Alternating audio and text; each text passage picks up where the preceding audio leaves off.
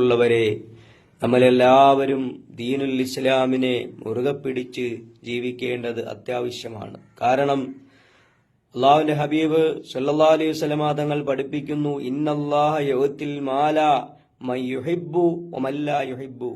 തീർച്ചയായും സമ്പത്ത്, വീടുകള്, കാറുകള്, സുഖസൗകര്യങ്ങളെല്ലാം അള്ളാഹു ഇഷ്ടപ്പെടുന്നവർക്കും അവൻ ഇഷ്ടപ്പെടാത്തവർക്കും നൽകുന്നതാണ്. എന്നാൽ വലായുത്തിൽ ഈമാന നൽകപ്പെടുകയില്ല ഇല്ലാ മൻ അഹബ്ബ, അവൻ ഇഷ്ടപ്പെട്ടവർക്കല്ലാതെ. അതുകൊണ്ട് ഒരാൾ മുസ്ലിമാണെന്ന് പറയുന്നതിൽ അഭിമാനം കൊള്ളേണ്ടവരാണ് നാം ഓരോ സത്യവിശ്വാസികളും.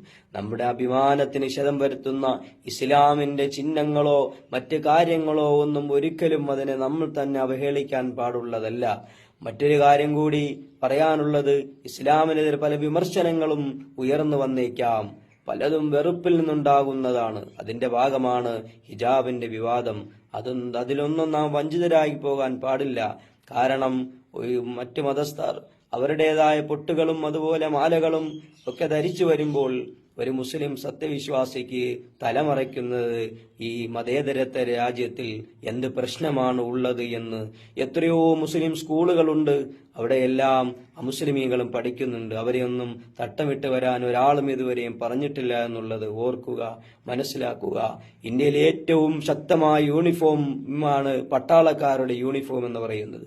ആ പട്ടാളക്കാരുടെ യൂണിഫോം പോലും സിഖുകാര് തലയിൽ കെട്ടിയിട്ടാണ് അവർ നിൽക്കുന്നത്.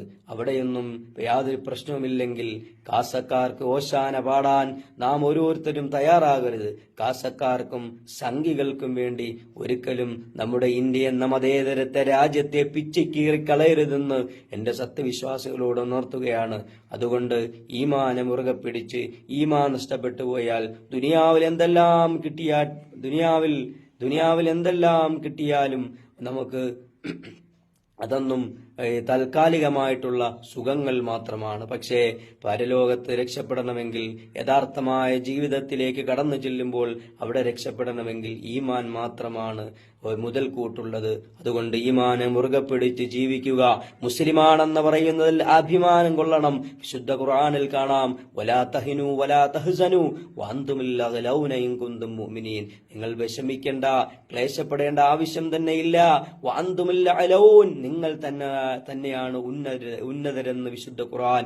ഇൻ കുന്തും മുഅ്മിനീൻ, നിങ്ങൾ സത്യവിശ്വാസികളാണെങ്കിൽ എന്ന് വിശുദ്ധ ഖുർആൻ അടിവരയിട്ട് പറയുമ്പോൾ ഓരോ സത്യവിശ്വാസികളും അവനവന്റെ വിശ്വാസത്തെ മുറുകെ പിടിച്ചുകൊണ്ട് എന്തിനാണ് നാം നാണിക്കുന്നത്?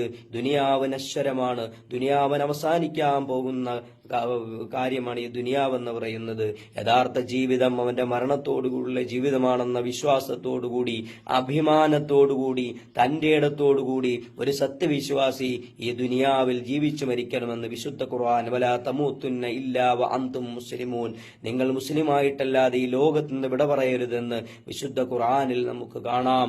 അഫാസിബത്തും അന്നമാ ഖലഖനാകും അബസ, നിങ്ങൾ വെറുതെ അങ്ങ് പടച്ചേക്കുവാണെന്നാണോ നിങ്ങൾ വിചാരിച്ചു പോകുന്നത്? വന്നക്കും ഇലൈനാ ലാ തുർജഊൻ, എന്നിലേക്ക് നിങ്ങൾ മടങ്ങി വരികയില്ല എന്നും നിങ്ങൾ വിചാരിച്ചു പോവുകയാണോ?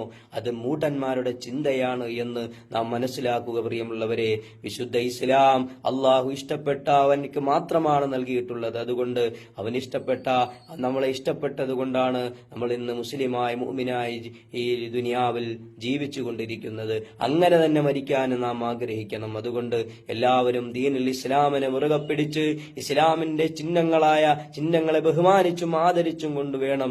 കേവലമായ നിസാരമായ കാര്യങ്ങൾക്ക് വേണ്ടി ഒരിക്കലും നമ്മുടെ ദീനിനെ നമ്മൾ മാറ്റിക്കളയരുത്.